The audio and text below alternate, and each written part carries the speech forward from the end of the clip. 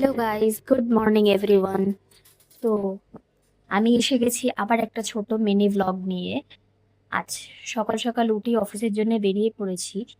দেখতেই পাচ্ছ রাস্তাটা পুরো জলে জল, আর ওপরে আকাশটা এখনো মেঘলা।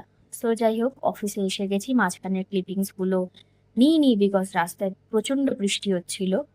তো অফিসে এসেই প্রথমেই আগে এক কাপ কফি নিয়ে বসে গেছি। দেখো, কার কিরকম ভাবে দিন শুরু হয় জানি না, বাট আমার এক কাপ কফি না খাওয়া পর্যন্ত না পুরো দিনটা ঠিক কমপ্লিট হয় না।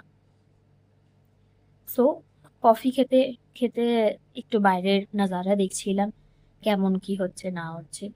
আর আগে থেকেই বলে রাখছি, আমার বাড়িতে কনস্ট্রাকশনের কাজ চলছে, সো দ্যাটস ওয়াই নয়েজ তোমরা হয়তো পেতেই পারো, একটু অ্যাডজাস্ট করে নিও। তো হাফ অফিস করার পরে বেরিয়ে গেছিলাম আজকে। আমার অ্যাকচুয়ালি বয়ফ্রেন্ডের বাবার খুব শরীর খারাপ, আঙ্কেলকে দেখতে। তো আঙ্কেলকে দেখতে যাওয়ার পথে আমরা কিছুটা ক্লিপিং নিয়ে নিলাম, যতটা তোমাদের সাথে শেয়ার করা যায়। যত অ্যাকচুয়ালি চ্যানেলটা তো তোমাদের জন্যই খোলা না।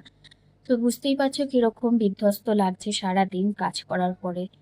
যাই হোক, এটাই বলবো যে আঙ্কেল তাড়াতাড়ি তুমি সুস্থ হয়ে ওঠো, আর আমরা খুব তাড়াতাড়ি আমরা কোথাও ঘুরতে যাব এবং খেতে যাব। সো আমি, মা, বাবাই তিনজনে মিলেই চলে যাচ্ছিলাম। তো যেতে যেতে এবার তোমাদের কিছুটা রাস্তা দেখাই। দেখো, বৃষ্টি হওয়ার পরে গাছগুলো নিজের মতো একটা প্রাণ খুঁজে পায় না? মানে খুব সুন্দর নতুন পাতা হয়, তাদেরকে দেখতে ভীষণ সুন্দর লাগে। এইবার আমরা আস্তে আস্তে হাওড়া ব্রিজের কাছাকাছি চলে এসেছি। অ্যাকচুয়ালি যেহেতু আঙ্কেলকে হাওড়ায় একটি নার্সিং হোমে ভর্তি করা হয়েছে, তো সেখানে আমরা যাচ্ছি। তো তোমরা রোডের কিছু ক্লিপিংস দেখতে থাকো। আর আমার বাড়ির পাশেই মেন রোড, তো সেই কারণে হয়তো তোমরা কিছু গাড়ির আওয়াজ, গাড়ির হর্ন পেতেই পারো। আমরা যখন আঙ্কেলকে দেখে ফিরছি তখন মানে অনেকটাই রাত হয়ে গেছে, প্রায় 11:30 থেকে 12টা মতো বাজতে পারে। এক্স্যাক্ট আমার টাইমটা মনে নেই। তো আস্তে আস্তে ঘুম তো প্রচন্ড পেয়েছিল, সাথে খিদেও পেয়েছিল, আর রাস্তায় ট্রাফিক। এই ট্রাফিক তোমরা দেখতে থাকো।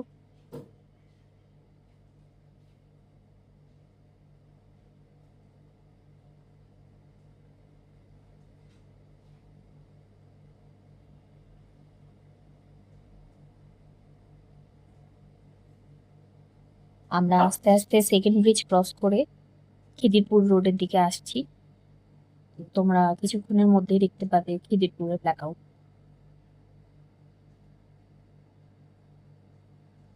বৃষ্টি হওয়ার পর এত সুন্দর বাইরের নাজারাটা হয়ে গেছিল না, আলাদাই রকমের দেখতে লাগছিল।